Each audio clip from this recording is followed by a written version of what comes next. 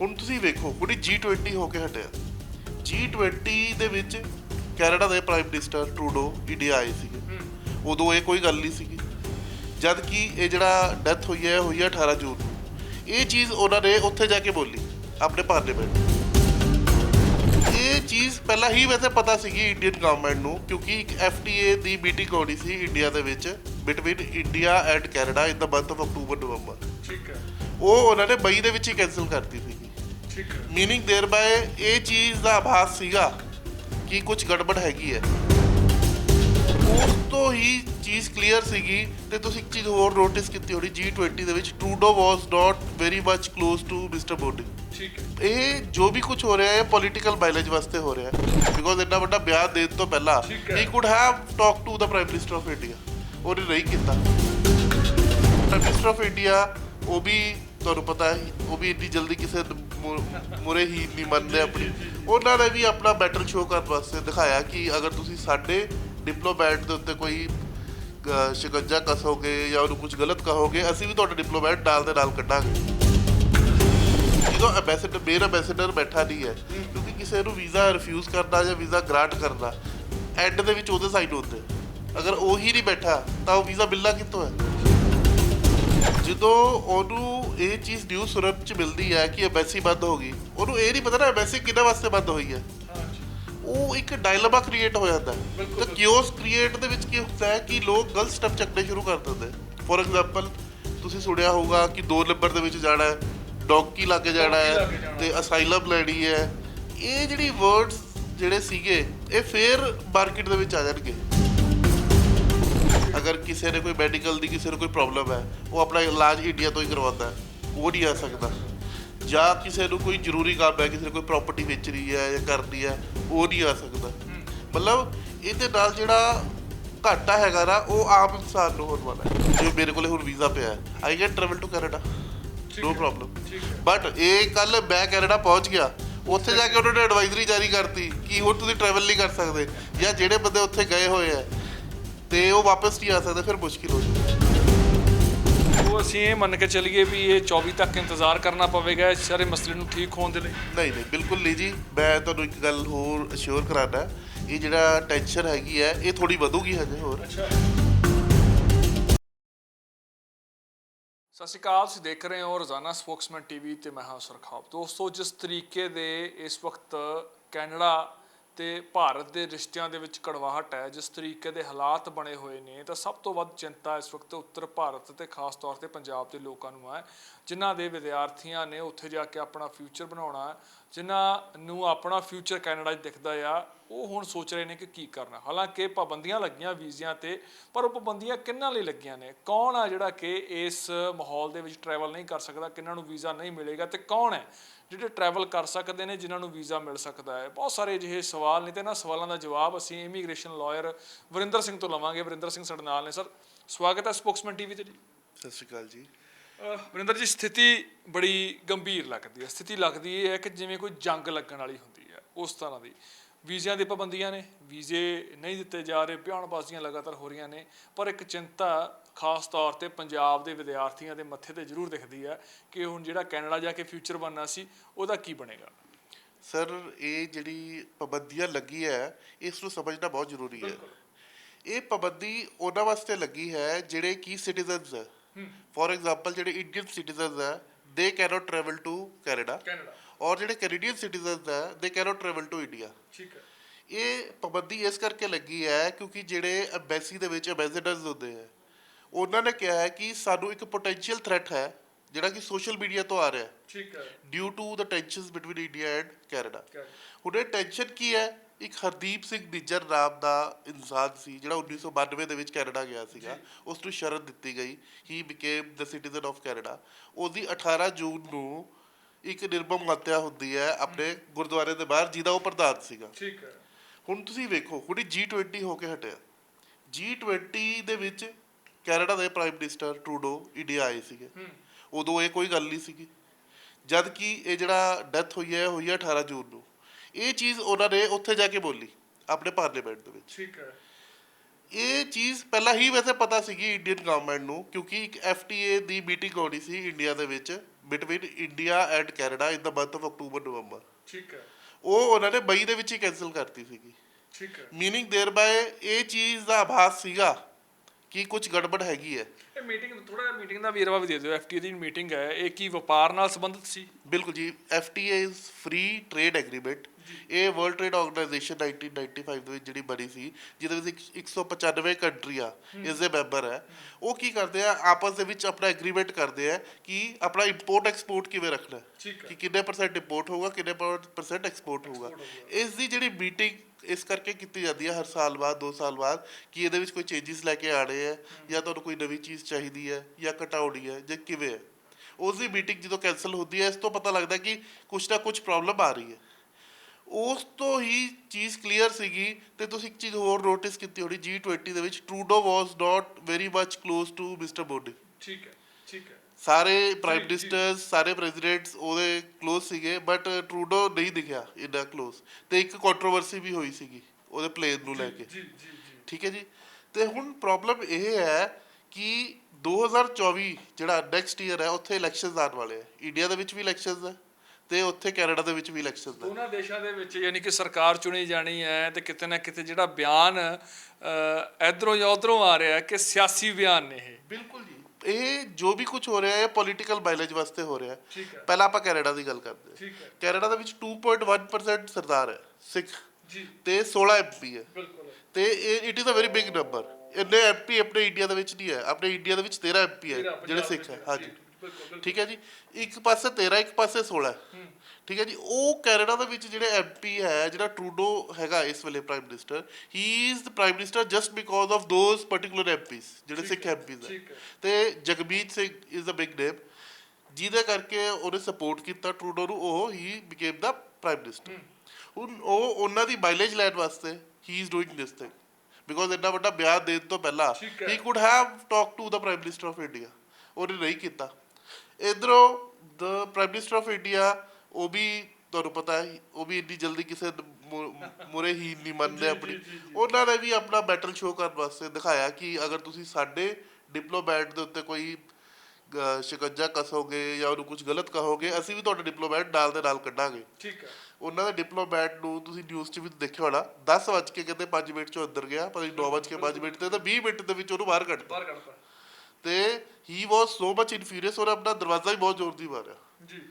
ਹੁਣ ਪ੍ਰੋਬਲਮ ਕੀ ਹੈ, suspension of visas ਦੀ, ਜਿਹੜੇ ਤੁਸੀਂ ਮੈਨੂੰ ਪੁੱਛਿਆ ਸੀਗਾ, ਆਪਾਂ ਉਸ ਤੇ ਆਉਂਦੇ ਆ ਕਿ ਜਿਹੜੇ ਅੰਬੈਸਡਰਸ ਹੈ ਉਹ ਹੀ ਨਹੀਂ ਬੈਠੇ, ਮਤਲਬ ਸਟਾਫ ਹੀ ਨਹੀਂ ਹੈਗਾ। ਬਿਲਕੁਲ ਜੀ। ਜਦੋਂ ਅੰਬੈਸਡਰ, ਮੇਨ ਅੰਬੈਸਡਰ ਬੈਠਾ ਨਹੀਂ ਹੈ, ਕਿਉਂਕਿ ਕਿਸੇ ਨੂੰ ਵੀਜ਼ਾ ਰਿਫਿਊਜ਼ ਕਰਨਾ ਜਾਂ ਵੀਜ਼ਾ ਗ੍ਰਾਂਟ ਕਰਨਾ ਐਂਡ ਦੇ ਵਿੱਚ ਉਹਦੇ ਸਾਈਡ ਹੁੰਦੇ। ਅਗਰ ਉਹੀ ਨਹੀਂ ਬੈਠਾ ਤਾਂ ਉਹ ਵੀਜ਼ਾ ਮਿਲਣਾ ਕਿੱਥੋਂ ਹੈ? ਠੀਕ ਹੈ। ਤੇ ਦਿਸ ਇਜ਼ ਦ ਵੀਲ। ਇਹ ਘੁੰਗਟ ਲੈ ਕੇ ਉਹ ਇਹ ਓੜ ਲਿਆ ਇਹਨਾਂ ਨੇ ਦੋਨਾਂ ਨੇ ਕਿ ਸਾਡੇ ਉੱਥੇ ਅੰਬੈਸਡਰ ਬੈਠੇ ਨਹੀਂ ਹੈ, ਇਸ ਕਰਕੇ ਵੀਜ਼ਾ ਗ੍ਰਾਂਟ ਨਹੀਂ ਹੋ ਸਕਦਾ। ਯਾਨੀ ਕਿ ਮਸਲਾ ਹੋਰ ਸੀ, ਮਸਲਾ ਤਾਂ ਮਈ ਵਿੱਚ ਤੈਅ ਹੋ ਗਿਆ ਸੀ। ਹੁਣ ਜਾ ਕੇ ਸਤੰਬਰ ਦੇ ਵਿੱਚ ਉਸ ਮਸਲੇ ਦਾ ਰੂਪ ਹੋਰ ਰੱਖ ਕੇ ਪੋਲੀਟੀਕਲ ਮਾਈਲੇਜ ਲੈਣ ਦੀ ਕੋਸ਼ਿਸ਼ ਹੈ ਦੋਵਾਂ ਧਿਰਾਂ ਵੱਲੋਂ। ਬਿਲਕੁਲ ਜੀ, ਬਿਲਕੁਲ। ਹੁਣ ਇੱਕ ਹੋਰ ਨਵਾਂ ਤੁਹਾਨੂੰ ਵਰਡ ਸੁਣਨ ਦੇ ਵਿੱਚ ਮਿਲੂਗਾ, ਹਿੰਦੂ ਤੇ ਖਾਲਿਸਤਾਨੀ ਜੀ। ਕਿਉਂਕਿ ਉੱਥੇ ਇੱਕ ਸਾਡੇ ਸ਼ੁਰੂ ਹੋ ਚੁੱਕਿਆ, ਇੱਥੇ ਵੀ ਸ਼ੁਰੂ ਹੋਣ ਵਾਲਾ, ਕਿਉਂਕਿ ਹੁਣ ਇੰਡੀਆ ਦੇ ਵਿੱਚ ਜਿਹੜੇ ਹਿੰਦੂਜ਼ ਹੈ that is 79.1%। It is a big, ਕਹਿੰਦੇ ਆ ਕਿ ਵੋਟ ਬੈਂਕ। ਤੇ ਇੱਕ ਜਿਹੜੇ ਸਾਡੇ ਅਰਿੰਦਮ ਬਾਗਚੀ ਹੈ, ਉਹਨਾਂ ਨੇ ਬੋਲਿਆ ਹਿੰਦੂਜ਼ ਨੂੰ, specially who are in Canada, ਕਹਿੰਦੇ ਤੁਹਾਨੂੰ ਡਰਨ ਦੀ ਲੋੜ ਨਹੀਂ ਹੈ, ਬਟ ਤੁਸੀਂ ਕੌਸ਼ੀਅਸ ਰਹੋ।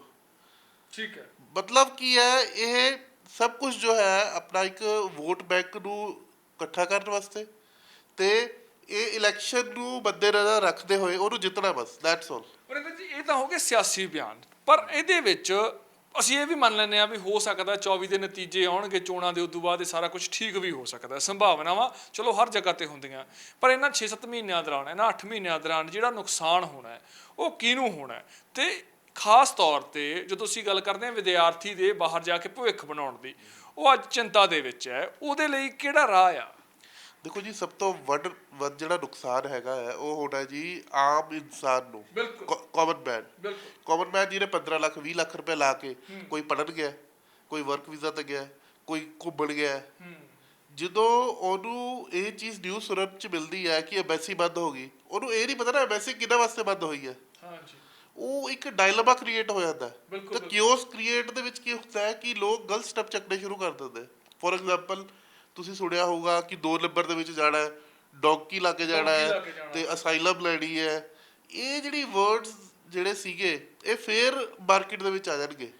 ਠੀਕ ਹੈ। ਇਹ ਜਿਹੜਾ 2 ਨੰਬਰ ਦਾ ਪੈਸਾ ਹੈ ਉਹ ਫਿਰ ਫੁੱਲਣਾ ਸ਼ੁਰੂ ਹੋ ਜਾਊਗਾ ਇਹਨਾਂ 6-7 ਮਹੀਨਿਆਂ ਦੌਰਾਨ। ਬਿਲਕੁਲ ਜੀ ਬਿਲਕੁਲ। ਕਿਉਂਕਿ ਨੁਕਸਾਨ ਸਿੱਧੇ ਤੌਰ ਤੇ ਆਪਾਂ ਮੰਨ ਲਈਏ, ਨੁਕਸਾਨ ਕਿਹਨੂੰ ਹੈ ਇਹਦਾ? ਇਹਦਾ ਨੁਕਸਾਨ ਸਰ ਹੋਇਆ ਹੈ ਜਿਹੜਾ ਆਪਣਾ ਇੰਡੀਆ ਦਾ ਬੰਦਾ ਉੱਥੇ ਆ ਕੇ ਸਿਟੀਜ਼ਨ ਬਣ ਗਿਆ, ਠੀਕ ਹੈ, ਜਿਹਦੇ ਕੋਲ ਸਿਟੀਜ਼ਨਸ਼ਿਪ ਆ ਗਈ ਹੈ। ਉਹ ਇੱਧਰ ਨਹੀਂ ਆ ਸਕਦਾ। 2 ਤਰ੍ਹਾਂ ਦੇ ਬੰਦੇ ਹੁੰਦੇ ਆ, ਪੀਪਲ ਆਫ ਇੰਡੀਅਨ origin ਔਰ ਓਵਰਸੀਜ਼ ਸਿਟੀਜ਼ਨਸ਼ਿਪ ਆਫ ਇੰਡੀਆ, ਜਿਨ੍ਹਾਂ ਕੋਲ 2 ਸਿਟੀਜ਼ਨਸ਼ਿਪ ਹੁੰਦੀ ਹੈ, ਜਿਵੇਂ ਉਹਦੇ ਕੋਲ ਕੈਨੇਡਾ ਤੇ ਵੀ ਹੈ, ਇੰਡੀਆ ਦੇ ਵੀ ਹੈ। ਉਹਨੂੰ ਹੋ ਗਿਆ ਨੁਕਸਾਨ। ਠੀਕ ਹੈ। ਉਹ ਮੰਨ ਲਓ ਕਿ ਕਿਸੇ ਨੇ ਵਿਆਹ ਤੇ ਆਣਾ, ਹੁਣ ਵਿਆਹ ਦਾ ਤੁਹਾਨੂੰ ਪਤਾ ਸੀਜ਼ਨ ਸ਼ੁਰੂ ਹੋਣ ਵਾਲਾ, ਉਹ ਨਹੀਂ ਆ ਸਕਦਾ। ਅਗਰ ਕਿਸੇ ਨੇ ਕੋਈ ਮੈਡੀਕਲ ਦੀ ਕਿਸੇ ਨੂੰ ਕੋਈ ਪ੍ਰੋਬਲਮ ਹੈ, ਉਹ ਆਪਣਾ ਇਲਾਜ ਇੰਡੀਆ ਤੋਂ ਹੀ ਕਰਵਾਉਂਦਾ, ਉਹ ਨਹੀਂ ਆ ਸਕਦਾ। ਜਾਂ ਕਿਸੇ ਨੂੰ ਕੋਈ ਜ਼ਰੂਰੀ ਕੰਮ ਹੈ, ਕਿਸੇ ਨੇ ਕੋਈ ਪ੍ਰਾਪਰਟੀ ਵੇਚਣੀ ਹੈ ਜਾਂ ਕਰਨੀ ਹੈ, ਉਹ ਨਹੀਂ ਆ ਸਕਦਾ। ਮਤਲਬ ਇਹਦੇ ਨਾਲ ਜਿਹੜਾ ਘਾਟਾ ਹੈਗਾ ਨਾ ਉਹ ਆਮ ਇਨਸਾਨ ਨੂੰ ਹੋਣ ਵਾਲਾ ਹੈ, ਕਿਉਂਕਿ ਜਿਹੜੇ ਪੋਲੀਟੀਕਲ ਬੰਦੇ ਹੁੰਦੇ ਉਹਨਾਂ ਨੂੰ ਕੋਈ ਨੁਕਸਾਨ ਨਹੀਂ ਹੁੰਦਾ। ਉਹ ਦੇ ਵਿਲ ਜਸਟ ਇਨਕੈਸ਼ ਦਿਸ ਕਿ ਅਸੀਂ ਜਿਹੜਾ ਬੰਦਾ ਇਹਨੂੰ ਠੀਕ ਕਰਾ ਕੇ ਜਾਊਗਾ ਉਹ ਵੋਟਾਂ ਲੈ ਜਾਊਗਾ। ਓਕੇ, ਪਰ ਇਹਦੇ ਵਿੱਚ ਹੁਣ ਇੱਕ ਗੱਲ ਇਹ ਵੀ ਹੈ ਵਰਿੰਦਰ ਜੀ ਕਿ ਵਪਾਰ ਨੂੰ ਲੈ ਕੇ ਤੁਸੀਂ ਕਿਹਾ ਮਸਲਾ ਖੜਾ ਹੋਇਆ, ਪਰ ਹਜੇ ਵੀ ਟਰੈਵਲਿੰਗ ਤਾਂ ਹੋਊਗੀ ਨਾ। ਕਿਹੜੇ ਲੋਕ ਨੇ ਜਿਹੜੇ ਟਰੈਵਲ ਹਜੇ ਵੀ ਕਰ ਸਕਦੇ ਆ? ਸਰ ਜਿਨ੍ਹਾਂ ਕੋਲੇ ਵੀਜ਼ਾਜ਼ ਹੈਗੇ ਆ, ਵੈਲਿਡ ਵੀਜ਼ਾਜ਼ ਹੈਗੇ ਆ, ਉਹ ਕਰ ਸਕਦਾ ਟਰੈਵਲ ਟਿਲ ਡੇਟ। ਹਜੇ ਤੱਕ ਅੱਜ ਤੱਕ ਦੀ ਮੈਂ ਗੱਲ ਕਰ ਸਕਦਾ, ਕੱਲ ਇਹ ਵੀ ਐਡਵਾਈਜ਼ਰੀ ਨੇ ਜਾਰੀ ਕਰਤਾ ਜਿਨ੍ਹਾਂ ਕੋਲੇ ਵੀਜ਼ਾਜ਼ ਹੈਗੇ ਉਹ ਵੀ ਸਸਪੈਂਡ ਕਰਤੇ। ਠੀਕ ਹੈ। ਬਟ ਜੋ whosoever is having a valid visa, ਜਿਵੇਂ ਮੇਰੇ ਕੋਲੇ ਹੁਣ ਵੀਜ਼ਾ ਪਿਆ ਹੈ, I can travel to Canada, no problem. But ਇਹ ਕੱਲ ਮੈਂ ਕੈਨੇਡਾ ਪਹੁੰਚ ਗਿਆ, ਉੱਥੇ ਜਾ ਕੇ ਉਹਨਾਂ ਨੇ ਐਡਵਾਈਜ਼ਰੀ ਜਾਰੀ ਕਰਤੀ ਕਿ ਹੁਣ ਤੁਸੀਂ ਟਰੈਵਲ ਨਹੀਂ ਕਰ ਸਕਦੇ, ਜਾਂ ਜਿਹੜੇ ਬੰਦੇ ਉੱਥੇ ਗਏ ਹੋਏ ਆ ਤੇ ਉਹ ਵਾਪਸ ਨਹੀਂ ਆ ਸਕਦੇ, ਫਿਰ ਮੁਸ਼ਕਿਲ ਹੋ ਜਾਊਗੀ। ਫਿਰ ਜਿਹੜੀ ਚਿੰਤਾ ਇਸ ਵਕਤ ਲੋਕਾਂ ਦੇ ਚਿਹਰਿਆਂ ਤੇ ਸਾਫ਼ ਦਿਖ ਰਹੀ ਹੈ, ਖਾਸ ਤੌਰ ਤੇ ਮਾਪਿਆਂ ਦੇ ਜਿਨ੍ਹਾਂ ਦੇ ਬੱਚੇ ਬਾਹਰ ਨੇ ਜਾਂ ਕੈਨੇਡਾ ਗਏ ਨੇ, ਉਹ ਕਿਤੇ ਨਾ ਕਿਤੇ ਵਾਜਿਬ ਆ, ਉਹ ਜਾਇਜ਼ ਹੈ।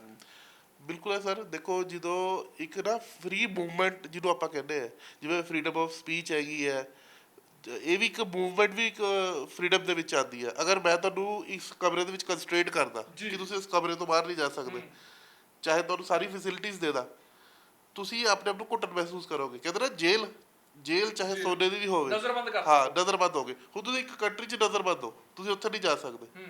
ਤੁਸੀਂ ਕੈਨੇਡਾ ਹੀ ਰਹਿ ਸਕਦੇ ਹੋ। ਇੰਡੀਆ ਹੁਣ ਜਿਹੜੇ ਬੰਦੇ ਨੇ ਇੰਡੀਆ ਜਾਣਾ ਹੈ ਕੈਨੇਡਾ ਤੋਂ, ਉਹ ਇੰਡੀਆ ਹੀ ਜਾਊਗਾ ਨਾ, ਉਹ ਨੇਪਾਲ ਜਾ ਕੇ ਤਾਂ ਉਹਦਾ ਕੁਝ ਬਣਨਾ ਨਹੀਂ। ਬਿਲਕੁਲ। ਸੋ ਦਿਸ ਇਜ਼ ਅ ਪ੍ਰੋਬਲਮ। ਸੋ ਅਸੀਂ ਇਹ ਮੰਨ ਕੇ ਚੱਲੀਏ ਵੀ ਇਹ 24 ਤੱਕ ਇੰਤਜ਼ਾਰ ਕਰਨਾ ਪਵੇਗਾ ਇਸ ਸਾਰੇ ਮਸਲੇ ਨੂੰ ਠੀਕ ਹੋਣ ਦੇ ਲਈ? ਨਹੀਂ ਬਿਲਕੁਲ ਨਹੀਂ ਜੀ। ਮੈਂ ਤੁਹਾਨੂੰ ਇੱਕ ਗੱਲ ਹੋਰ ਅਸ਼ੋਰ ਕਰਾਉਣਾ, ਇਹ ਜਿਹੜਾ ਟੈਨਸ਼ਨ ਹੈਗੀ ਹੈ ਇਹ ਥੋੜੀ ਵਧੂਗੀ ਹਜੇ ਹੋਰ। ਅੱਛਾ। ਹਫਤੇ ਤੱਕ 2 ਹਫਤੇ ਤੱਕ। ਬਟ ਇੰਡੀਆ ਤੇ ਕੈਨੇਡਾ ਦੋਨੋਂ ਹੀ ਇੱਕ ਇਹੋ ਜਿਹੀ ਸਟੇਜ ਤੇ ਹੈ, they cannot go at war like situation with each other. ਕਿਉਂਕਿ ਉਹਦੇ ਵਿੱਚ ਜਦੋਂ ਦੋਨੋਂ ਨੂੰ ਪਤਾ ਹੈ ਨੁਕਸਾਨ ਹੋਊਗਾ, ਇਹ ਮੈਂ ਤੁਹਾਨੂੰ ਬਾਰ-ਬਾਰ ਕਹਿੰਦਾ ਪੋਲੀਟੀਕਲ ਹੈ ਸਾਰਾ ਕੁਝ। ਨੋ country in today's world will fight with each other, ਕਿਉਂਕਿ everybody knows ਹੁਣ ਚਾਈਨਾ ਯੂਐਸ ਨਾਲ ਲੜਦਾ ਕਿਉਂ ਨਹੀਂ? ਠੀਕ ਹੈ। ਯੂਐਸ ਆਪਣੀ ਸ਼ਿਪਸ ਲੈ ਕੇ ਆ ਜਾਂਦਾ ਇੱਥੇ, ਪਰ ਫਾਈਟ ਨਹੀਂ ਕਰਦਾ। ਕਿਉਂ? ਕਿਉਂਕਿ ਪਤਾ ਹੈ ਜਦੋਂ ਫਾਈਟ ਹੋਊਗੀ ਤੁਸੀਂ ਦੂਜੇ ਦਾ ਨੁਕਸਾਨ ਜ਼ਰੂਰ ਕਰ ਦੋਗੇ, ਪ੍ਰਾਪਤਾ ਵੀ ਹੋਊਗਾ। ਹੁਣ ਇੰਪੋਰਟ ਐਕਸਪੋਰਟ ਅਗਰ ਘਟੂਗਾ ਤਾਂ ਕੈਨੇਡਾ ਨੂੰ ਵੀ ਨੁਕਸਾਨ ਹੋਊਗਾ।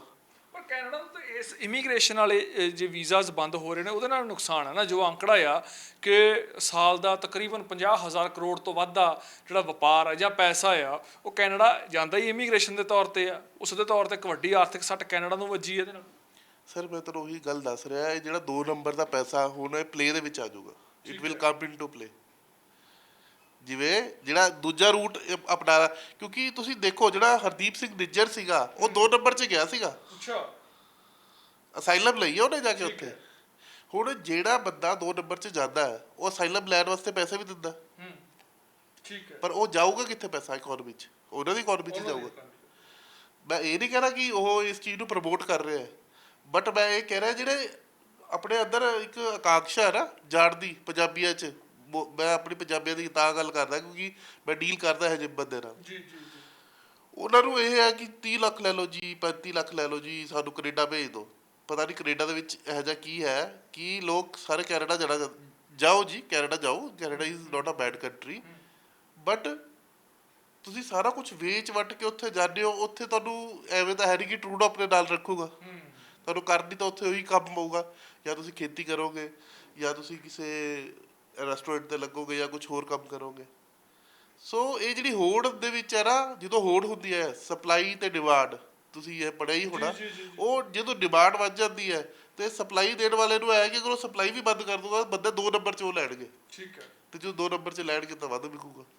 ਸੋ ਕਿਤੇ ਨਾ ਕਿਤੇ ਇੱਥੇ ਹੁਣ ਰਾਹ ਤੁਸੀਂ ਕਹਿ ਰਹੇ ਤੁਹਾਡੇ ਭਾਸ਼ਾ 'ਚ ਵੀ ਫਰਜ਼ੀਵਾੜੇ ਦਾ ਜ਼ਿਆਦਾ ਖੁੱਲ੍ਹ ਜਾਣਾ ਆ, ਤੇ ਉਹਦਾ ਆਮ ਬੰਦੇ ਨੂੰ ਨੁਕਸਾਨ ਹੈ।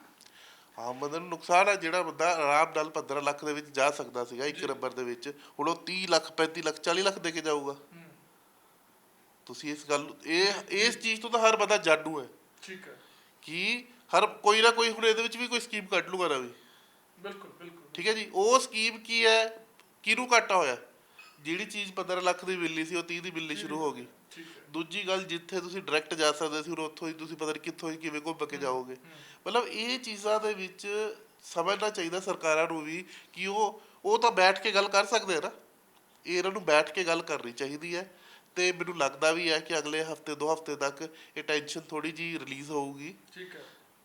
ਹੋ ਸਕਦਾ ਥੋੜੀ ਵਧੇ ਵੀ, ਵੱਧ ਕੇ ਰਿਲੀਜ਼ ਹੋਊਗੀ। ਬਿਲਕੁਲ ਬਿਲਕੁਲ ਬਿਲਕੁਲ। ਸ਼ੁਕਰੀਆ ਸਰ, ਬਹੁਤ ਬਹੁਤ ਧੰਨਵਾਦ।